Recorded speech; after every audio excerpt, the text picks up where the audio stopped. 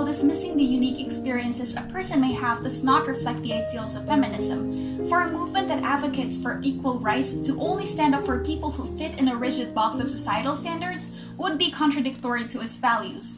In order for feminism to be inclusive, it must be intersectional. Certain groups who face various struggles from the patriarchy or other social issues are sometimes excluded from the conversation about feminism. People with different sexual orientations like queer women are shunned from discussions by people who see their identities as a phase they'll grow out of or a sin they must repent from. The identities of transgender people are still debated and the existence of non-binary individuals are still questioned. Since 2010, there have been at least 50 recorded killings of transgender and non-binary individuals across the country. But according to the Fuller Project, oftentimes when a trans woman is killed, the Philippine National Police inputs her gender as male, and vice versa, so the death toll could be much higher due to the unrecorded killings. Gender non-conforming individuals and cross-dressers, on the other hand, face harassment for their ways of expression. The prejudice against the others is still a very, very real issue that is isolating and is oftentimes harmful to the people involved. Since when did the validity of the existence of individuals become a matter of someone else's opinions?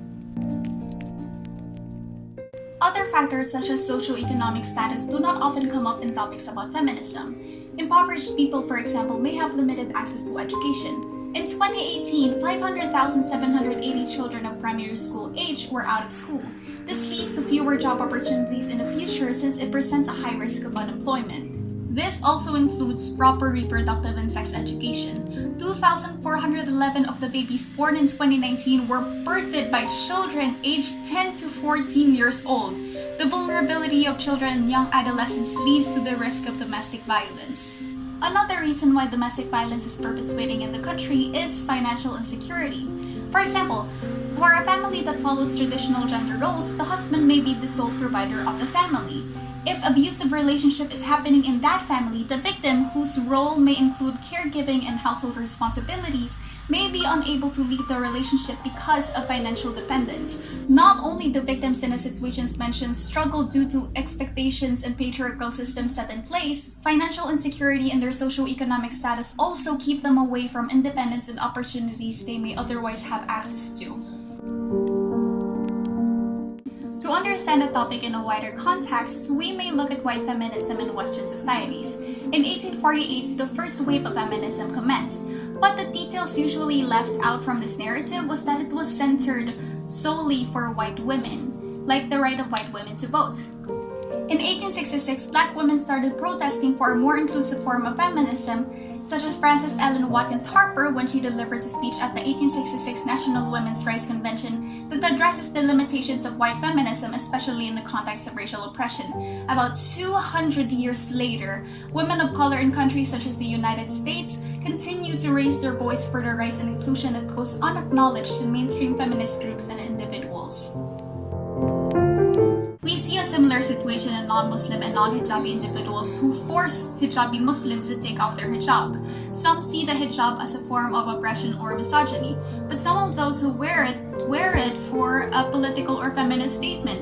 Sidra Binta Islam, for example, is a hijabi feminist who sees it as a symbol of empowerment and freedom to practice their religion. But whether or not someone wears a hijab as a form of political statement is not the focus. It's that the person chooses to wear it in their own will. When someone outside from that person tells them to take it off because it's anti-feminist, wouldn't that be contradictory to the values of feminism since they're telling another person how they can and cannot dress based on their own standards? Feminism requires a multidimensional lens to look through the experiences of different individuals. These individuals experience a need for feminism in various extremes based on the identities that they have and social structures placed for them. The way in which these identities and social structures interact that may expose the person to different forms of discrimination is termed intersectionality. These aspects, such as their sexual orientation, gender identity, socioeconomic class, religion, race, and ethnicity all come into play, which results in varying degrees of oppression. On the topic of feminism, gender identity by itself is not enough basis to identify underlying systems and standards that prevent people from moving forward.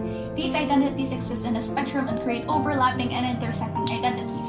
For example, an impoverished heterosexual woman without a high school diploma may have fewer opportunities in the work field than, let's say, a middle-class homosexual woman with a university degree. Although they share identity as women, the person on the latter example has the privilege of financial security and access to higher education. However, the heterosexual woman is on the privileged end of the sexual orientation spectrum compared to the heterosexual woman.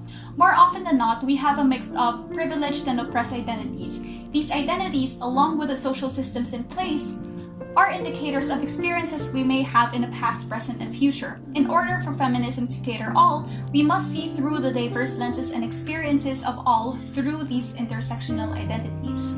Through intersectionality, we can create true inclusion which extends to all experiences of all people, most especially to the victims of patriarchy.